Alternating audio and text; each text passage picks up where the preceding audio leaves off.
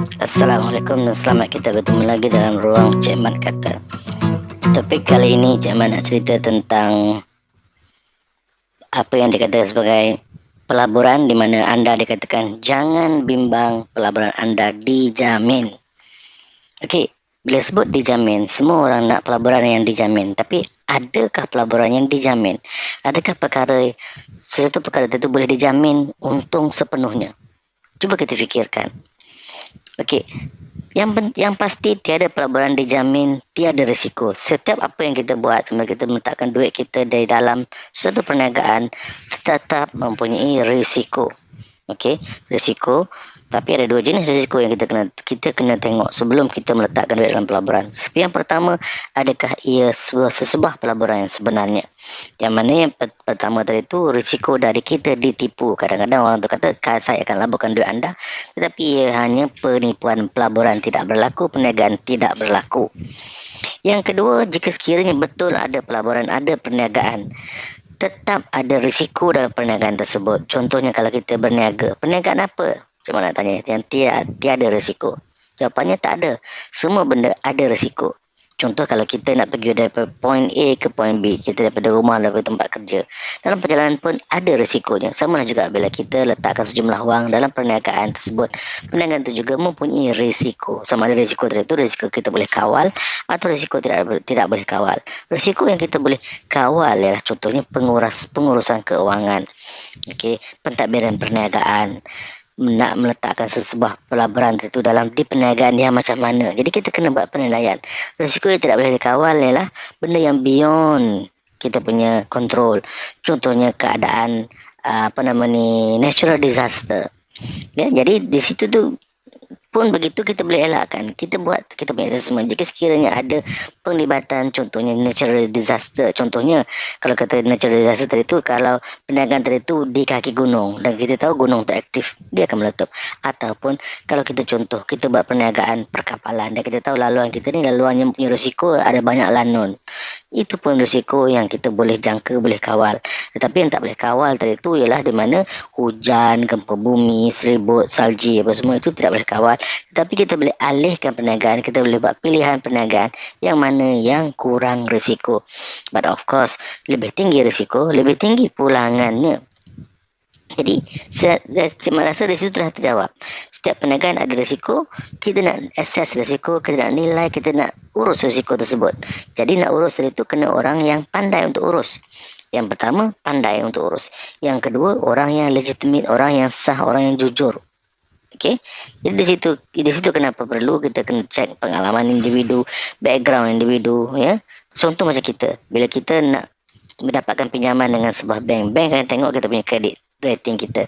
Dia akan tengok kredit background kita. Adakah kita ni credit worthy, trustworthy. Itu dua benda yang penting. Credit worthy maknanya orang ni mampu untuk bayar balik pinjaman. Trustworthy tadi ni orang yang mungkin dia boleh dipercayai. Ya, jadi situ background tu kita kena cek. Lepas tu kita perlu cek perniagaan dan juga pengarah-pengarah syarikat tu kita kena cek. Okey. Seterusnya bila dikatakan pelaburan dijamin, siapa yang jamin? Okey. Kalau dikatakan kalau setakat individu jamin, individu tadi tu ada aset tidak untuk dicagarkan. Kalau setakat okey saya jamin pulangan anda tu. Jamin dengan cara macam mana? Jamin dengan mulut. Okey. Dia bila jamin dengan mulut tadi tu, apa dia boleh bagi benda tu akan jadi he say she say saja. Okey. Dan juga kalau yang kata jangan bimbang, syarikat kami akan jamin. Syarikat pun macam individu juga. Sama ada dia ni mampu bayar atau tidak. Sama ada dia nak bayar atau tidak. Okey, mampu tu lain. Mampu tu mempunyai aset untuk bayar balik. Tetapi kalau ada aset tapi dia memang tak mau bayar, then di situ kita kena buat assessment tadi tu. Trustworthy, credit worthy, itu dua benda yang kita perlu tengok tadi tu. Dan jaminan perlu dalam bentuk apa? Kalau setakat kontrak kita boleh bawa. Kalau kontrak itu sah digunakan di mahkamah, kita boleh bawa ke mahkamah. Tetapi nak bawa ke mahkamah memerlukan kos. Dan bawa ke mahkamah belum tentu kita menang, bergantung pada rekod kita ada, rekod dia ada. Dan jika sekiranya rekod itu tidak boleh digunakan, tidak menyokong kita, tidak kokoh untuk menyokong kita, mungkin kita gagal dapat balik. Dan banyak kes-kes orang ditipu tadi ni, bila berakhir dengan pelaburan tersebut, tak nak bawa ke mahkamah sebab perlu membayar legal fee yang mungkin tinggi tadi tu. Dan berakhir dengan it's a gone case. Okay? Dan cagaran. Okey, kalau dia kata okey tak apa saya cagarkan. Nah, peganglah kunci rumah saya. Okey, nah pegang geran rumah saya. Dah, peganglah apa nak kunci kereta saya. Itu cagaran. Ataupun okey saya ada contohnya macam FD saya dicagarkan back to back. Kadang kita tahu kita buat pinjaman dengan bank kan, bank akan rasa lebih yakin dengan kita bila kita ada cagaran berbentuk tanah. Dia akan pegang kita punya geran tanah. Okey. Dan juga apa nama cagaran dalam bentuk fixed deposit, simpanan ataupun emas dicagarkan, itu merupakan cagaran yang kukuh. Tapi kalau cagaran kontrak, cagaran jaminan dari segi perjanjian itu tidak kukuh untuk kita pegang, sebab kita kena exercise our rights to bring the matter to court, which is maybe costly for us. Okay. Jadi fikir dengan mendalam dan jangan mudah terpedaya dengan janji manis tadi tu. Okey, jadi apa yang anda perlu lakukan? Yang pertama, buat penilaian secara bebas. Secara bebas maknanya kita jangan terpengaruh, jangan terpedaya, jangan termakan dengan cerita-cerita ejen mereka. Ejen ni dia nak jual produk. Okey, jadi kita akan diceritakan benda-benda yang manis, cerita benda-benda yang elok apa semua. Tapi benda yang tak elok tu mungkin tidak ada ceritakan ataupun mungkin diberi gambaran yang cantik. Di situ kita sendiri kena dapatkan our own independent review. Dan kalau kita tak faham, tak mampu, kita hire an expert or an advisor ataupun consultant yang mampu untuk memberi kita pandangan yang menyokong di sebelah kita tadi tu. Okey.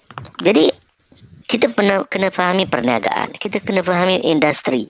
Dan kalau kita tak faham perniagaan tu, macam mana kita nak make a sense of what has been shared or has been presented to us?